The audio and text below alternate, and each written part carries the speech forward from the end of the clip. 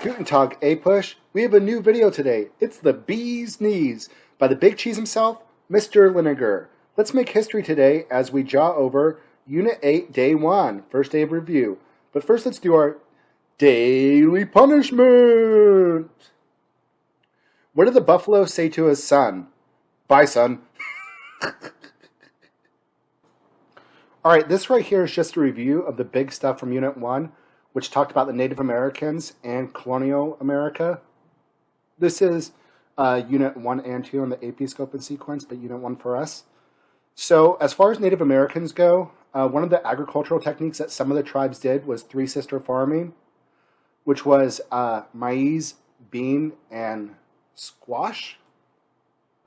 So you grow the maize, squash, and beans. It makes the soil more fertile. It allows there to be more calorie intake and helped increase the population. Some of the different Native American tribes we talked about, or more Native American cultures, were the Pueblo.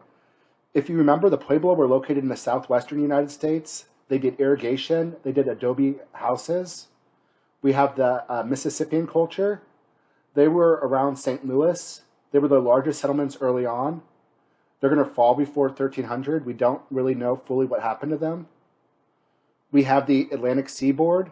That was like the Creek, the Choctaw, the Cherokee. They're the ones that did the three-sister farming. They had rich diets, will produce high population densities in this area. And these are some of the tribes that a lot of the colonists will have some of the first interactions with. The eastern woodlands were in the northeastern United States. The biggest example of them was the Iroquois Confederacy, which was a group of different Native American tribes. They're going to create a whole political and framework that allows for some kind of pan-Native American unity, although they're not always united. Like during the French and Indian War, some of them sided with the French and some of them sided with the British. You should remember the causes of European exploration, the three Gs, gold, God, and glory. It started with Portugal when they're going to try to find a way to get to India for the spice trade. You have Prince Henry the Navigator, and they're going to get all those kind of mercantile maritime technologies that they're going to get from Asia: magnetic compass, astrolabe, caravel, carrack. When the Spanish finally come to the New World after Christopher Columbus, you're going to have the Columbian Exchange, which is the spread of food, disease, goods, slaves from the New World to the Old World. There will be a new labor system that's going to come into existence, the Casta system. That's based on race. You have the Peninsulares, the white people from Europe, the Creoles, white people born in America, mestizos, mix of Native American and European, mulattoes, African and European, Zambos, Africans, and Native Americans. You have the triangular trade, which is going to be used to get slaves from Africa, ship them over to America, and have them work in plantations. And the voyage that they go from Africa to America is called the Middle Passage. As far as the colonies go, let's start with the New England colonies. The New England colonies, the first New England colony was Plymouth Colony. It was founded by the Pilgrims. The Pilgrims were Calvinist, but they did not believe you could reform the Church of England, so they wanted to break off. On their voyage to the New World, they created the Mayflower Compact, which was not like a legal document, but it is a nice step towards self-government. It's agreeing that like there will be some kind of collective agreement in colonies. In 1691, Plymouth will merge with Massachusetts Bay Colony. Massachusetts Bay was a Puritan colony, so they were Calvinist, but they stayed within the Church of England. The time period when most of the colonists were coming to America, the Puritans, was before the English Civil War when they were being persecuted. After the English Civil War, when Cromwell takes over, the Puritan migration will stop. As far as politics go, free males and members of the church will be able to vote on who their pastor is. If you were a male, white, and you owned property, there was some kind of like voting for the most part in New England. They had local democracy, town hall democracy. The clergy could not hold office, but they could enforce God's law. And you had like laws being created based on religious documents, like the Blue Laws of Connecticut. You do have the idea that they saw themselves as an inspiration for other colonies, a city upon a hill. The Fundamental Orders Connecticut was the first constitution created by first written constitution in any of the colonies. In 1686, the British are going to end salutary neglect. They're going to try to start to control the New England colonies more closely under the Dominion of New England. This will be overthrown during the Glorious Revolution, and the English are going to allow salutary neglect up until the French and Indian War. There were people that disagreed with the Puritans and Pilgrims.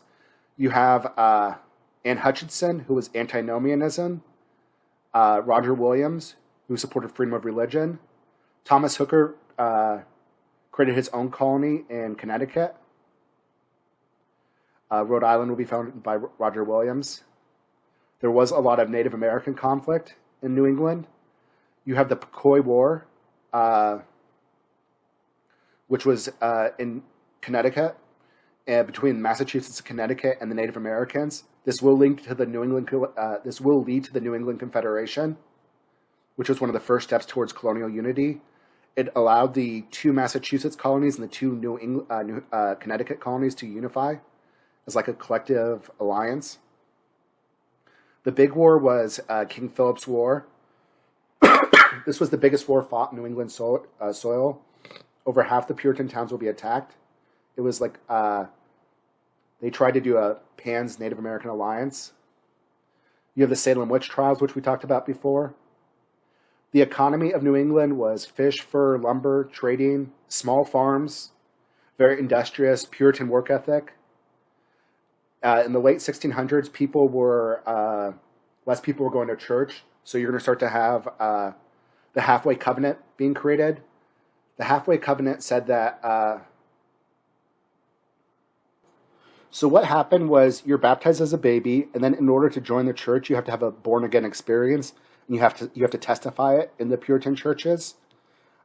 Before this time, let's say like your parents never testified, they never had a born again experience, then they could not get their kids baptized, which meant you had less and less people being members of the church.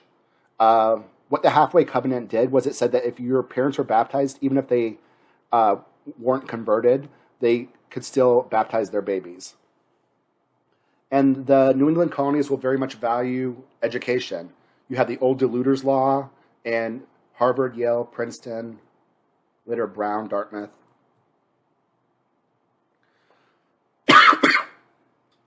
The Virginia Joint Stock Company will be created to get wealth, originally looking for gold.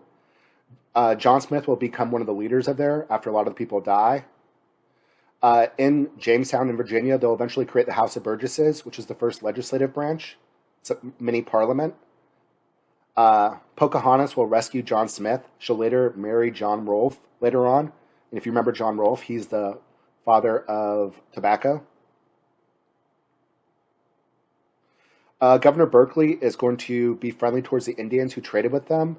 When he was the governor in the late 1600s, there'll be a rebellion by poor former indentured servants called Bacon's Rebellion, which is actually really important.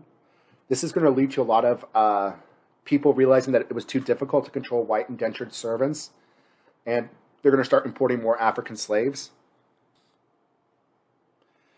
Georgia is going to be a buffer state originally between the Spanish and Indian incursions from the south.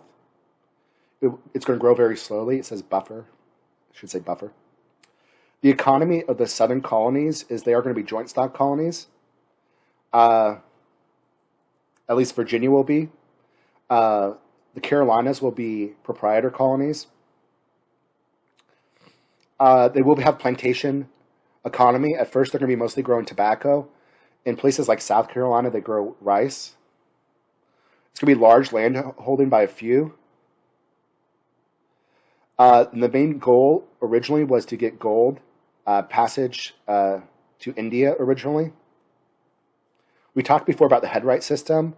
One of the ways that poor whites came over was the headright system, that somebody would pay their way, and that person that paid their way would get 50 acres of land, and they'd have to work on them. They'd have to work for them for a number of years. The Carolinas will grow foodstuff for the sugar plantation colonies. They'll grow rice as a cash crop. Charlestown will be the most active seaport in the South. For most of the South, they will be Church of England, except for Mathwick. Maryland will be a Catholic haven. Charles I gave part of Maryland to Lord Baltimore, George Calvert, and he made Maryland a Catholic haven where people could practice their faith. Eventually, a lot more Protestants started moving to Maryland, so the legislature will create the Act of Toleration, which granted religious toleration to anybody but Jews and atheists. North Carolina was originally a squatter colony, so they kind of settled there illegally. For most of the colonial South, they had aristocratic atmosphere, plantation owners, a small group of people that controlled a lot of the wealth. Most people were former indentured servants or yeomen. Disease will take a heavy role on this part. At first, there was a lot more. At very first in Virginia, it was mostly men that moved, but over time, women will start to move to the South, and a lot of men will die. So at first, most men, there was a lot more men than women. But over time, especially after the starving times and stuff, there'll be a lot of widowed women, and because of that, there'll be more property rights for women in the South compared to New England. The West Indies will be the Caribbean. That's where they do the plantations, the sugar plantations. They do the Barbados Slave Code. Georgia was founded by James Oglethorpe, which is going to be a haven for debtors. There will be slavery in all the colonies, even Georgia, after 1750. The Colonial South, with their plantation economy, will have more of the slavery.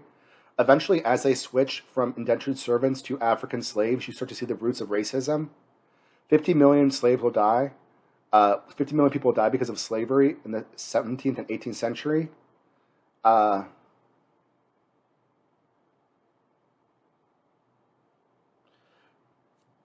10 to 15 million people will be taken from the triangular trade from Africa to America. There will be some slave rebellions, even in the colonial time.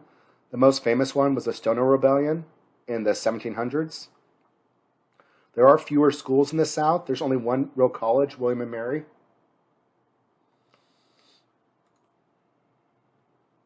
As far as the middle colonies go, guys, we talked before, that's really New York and Pennsylvania. New York was founded by the Dutch. Henry Hudson was sent by the Dutch, and he discovered New York, Hudson River. Peter Stuyvesant is going to lead the Dutch forces to end Swedish rule. The Swedish actually had a little bit of control over part of New York also. Then Peter Stuyvesant, Father Woodenleg, will be defeated by the British, and the British will take over New York. New York is going to be very aristocratic. They have patroonships, which is kind of like feudalism. You have these large landowners. There will be a poor white rebellion. One of the things we see in a lot in the colonial time is you see poor white rebellions. This one was called Leisler's Rebellion. We already talked about Bacon's Rebellion. There was also other ones like the Paxton Boys and stuff like that. William Penn was granted a charter from the king, not a charter. He was granted land from the king for Pennsylvania. It became a haven for Quakers. They're going to treat the Native Americans very well. New Jersey was originally a Quaker settlement also. Delaware will harbor Quakers. They get their own assembly in 1703, but they're going to be under the Pennsylvania government until the American Revolution. For the economy, for the middle colonies, they're going to be founded by the... For New York, it was founded by the Dutch East India Company for profit and trade. New York was originally meant to make profit and money. The Dutch bought Manhattan Island for $30. The middle colonies were excellent land for farming. It was the breadbasket colonies. They had a lot of trading because of rivers. They traded with the Native Americans. There were fewer industries compared to New England, but more than the South. They did shipbuilding, lumbering input. Wall Street was built for defense in New York. Pennsylvania was the best advertised of all the colonies to get people to move over there. They had liberal land ownership. It was the fourth largest colony by 1700, behind Virginia, Massachusetts, and Maryland. For religion, there was a good amount of religious freedom for the most part in the middle colonies. New York passed the Chapter of Liberties in 1683, which gave religious freedom to all Christians and freeholders a right to vote. The Quakers was a religion that developed in the mid-1600s. They will be persecuted. They were nonconformists. They refused to take off their hat and salute people that were better than them, like nobles and stuff. Very simple, democratic. They believed in inner light. They didn't have like a formal worship service. For the social developments in the middle colonies, they're going to be less aristocratic than New England and the southern colonies. But New York was a little bit more aristocratic because of its patroonships. It'll be ethnically mixed and religiously tolerant. William Penn will buy land from the Native Americans, so they will have excellent relations with them. And there will be more factional ethnic disputes in this area just because it's so, it's not as homogeneous as the other areas. All right, kiddos, that's all I have for colonial America. Until next time, deuces. Deuces, yeah.